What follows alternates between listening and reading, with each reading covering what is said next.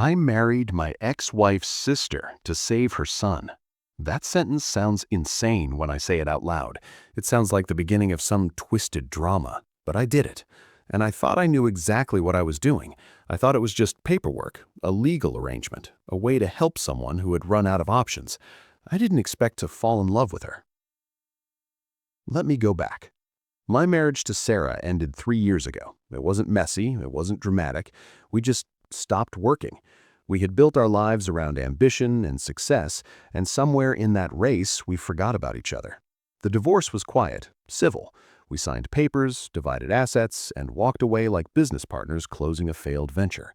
I moved to a smaller apartment, started focusing on work, tried to convince myself that I was fine. I was fine.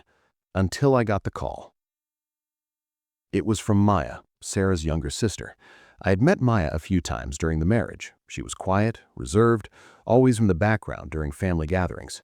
Sarah used to say Maya was the sensitive one, the one who felt too much. While Sarah built her career in corporate law, Maya became a nurse. She worked night shifts at a children's hospital. She never married, never even dated much from what I knew. And she had a son, Ethan, 7 years old, the result of a relationship that ended before it really began. "I need to talk to you," Maya said on the phone. Her voice was shaking. "It's about Ethan."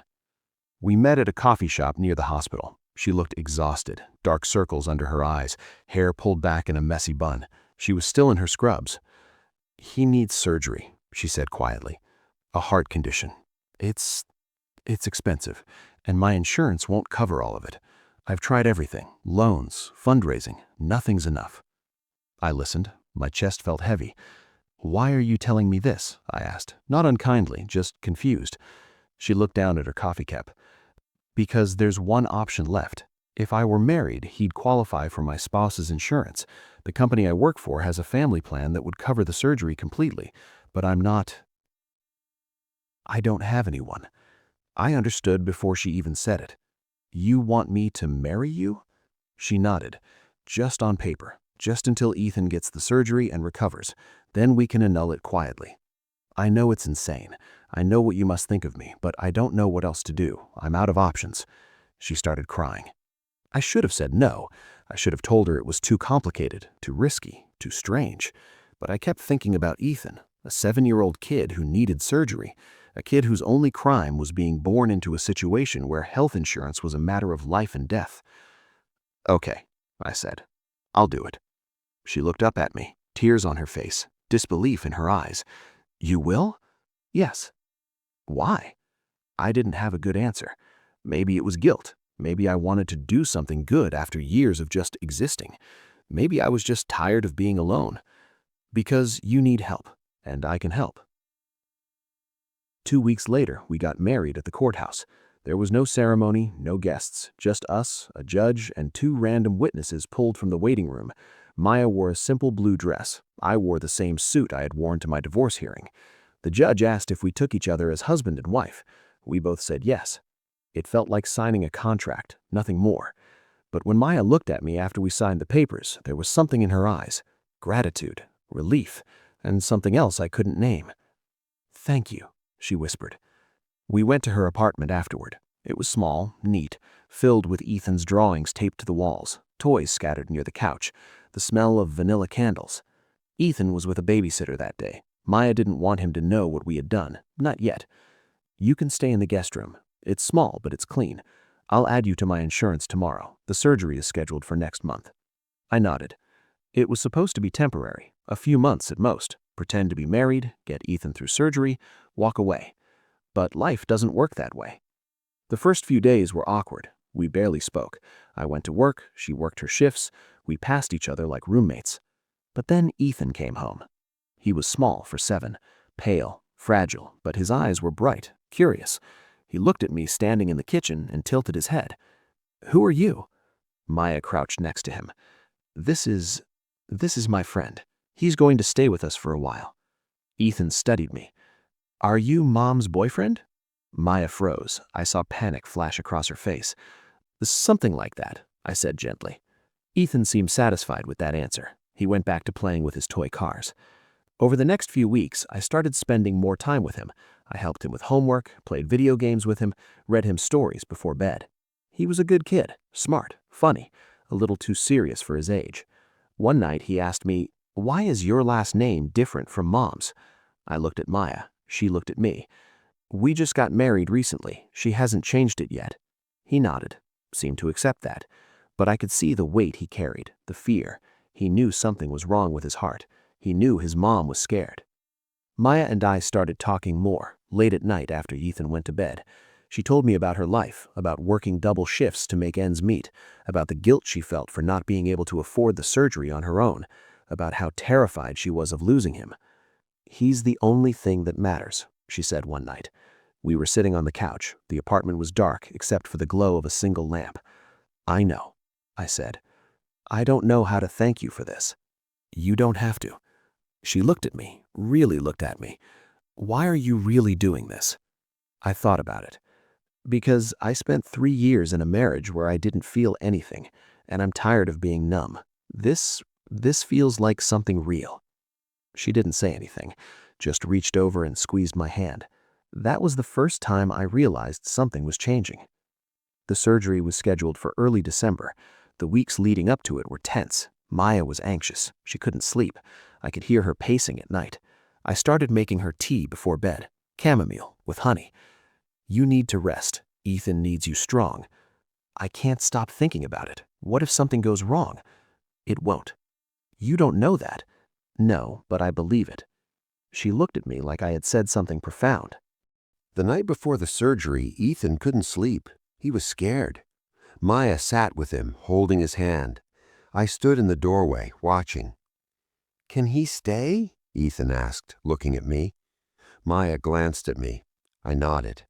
I sat on the other side of the bed. Ethan reached for my hand, too. "I'm scared," he whispered. "I know," I said. "But your mom's going to be right there, and the doctors are really good. And when you wake up, you're going to feel so much better." "Promise?" I looked at Maya. She had tears in her eyes. "I promise," I said.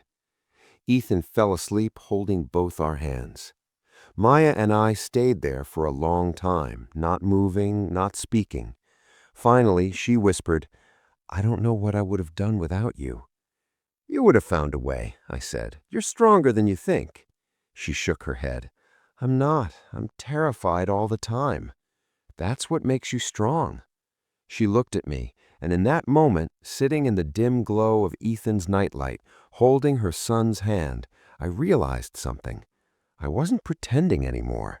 I cared about her, about him, about this small, fragile family, and it scared the hell out of me. The surgery went well. Ethan was in the operating room for 4 hours.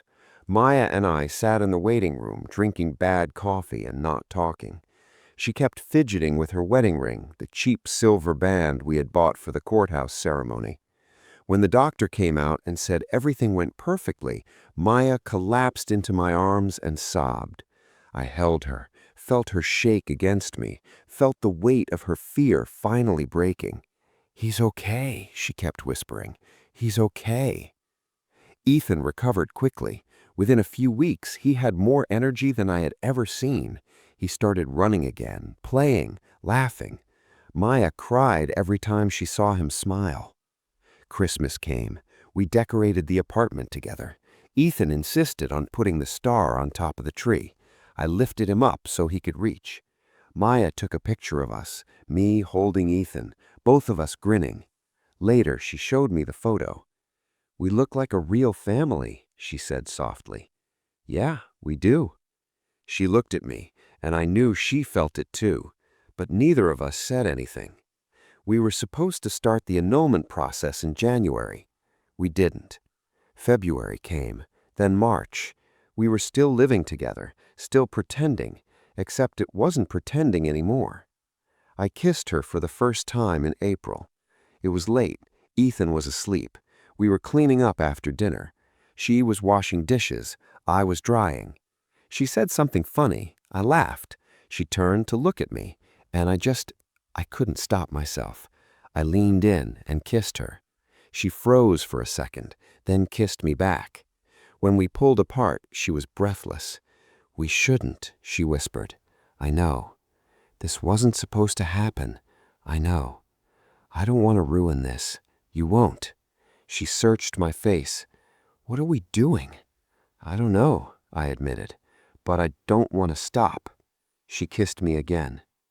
That night changed everything. We stopped sleeping in separate rooms, stopped pretending this was just an arrangement, stopped lying to ourselves. But we didn't tell anyone, not yet, especially not Sarah. She found out in May. She showed up at the apartment unannounced. Ethan answered the door. "Aunt Sarah!" he shouted. Maya and I were in the kitchen. We heard her voice, froze. Sarah walked in, saw me, saw Maya, saw us standing too close together. "What the hell is this?" she said. Maya stepped forward. "Sarah, I can explain." "Explain what? That you married my ex-husband?" "It's not what you think." "Really? Because it looks exactly like what I think." I stepped between them. "Sarah, calm down." "Don't tell me to calm down. You married my sister? What kind of sick—" "It was for Ethan. He needed surgery. I needed insurance. It was just supposed to be temporary." Sarah stared at her. "Temporary?" "Yes. And now?" Silence. Sarah looked at me, then at Maya, then back at me. "You're together," she said flatly.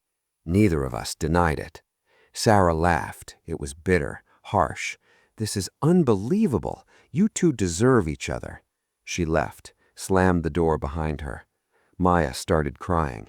I held her. "It's okay." "No, it's not. She hates me now." "She'll get over it." "You don't know that." I didn't. But I knew one thing. I loved Maya and I loved Ethan, and I wasn't going to let anyone take that away from us. Sarah didn't speak to either of us for months. Maya was devastated. She had always looked up to Sarah, always wanted her approval. "I've ruined everything," she said one night. "No," I said firmly. "You saved your son. You did what you had to do. And what happened between us? That's real. That's not something to apologize for." She looked at me with tears in her eyes. "I love you." It was the first time she had said it. "I love you too," I said. We got married again in September. A real wedding this time. Small, just close friends. Ethan was the ring bearer. We didn't invite Sarah, but she showed up anyway. I saw her standing in the back during the ceremony, arms crossed, face unreadable. After we said our vows, she approached us. "I'm still angry," she said to Maya, "but you're my sister, and I don't want to lose you." Maya started crying. They hugged. Sarah looked at me. "Take care of her." "I will," I said. She nodded and left. It wasn't forgiveness, not yet, but it was a start. Ethan is 10 now, healthy, happy, loud. He calls me Dad. Maya and I are still together, still navigating this strange, unexpected life we built. People ask me sometimes how we met. I tell them the truth. I married her to save her son, but she saved me too. She taught me what it means to love someone without conditions, to build a family not on expectations, but on choice. I thought I was just helping someone in need. I didn't expect to find home. If you liked this video, don't forget to hit the like button and subscribe to the channel. Thanks.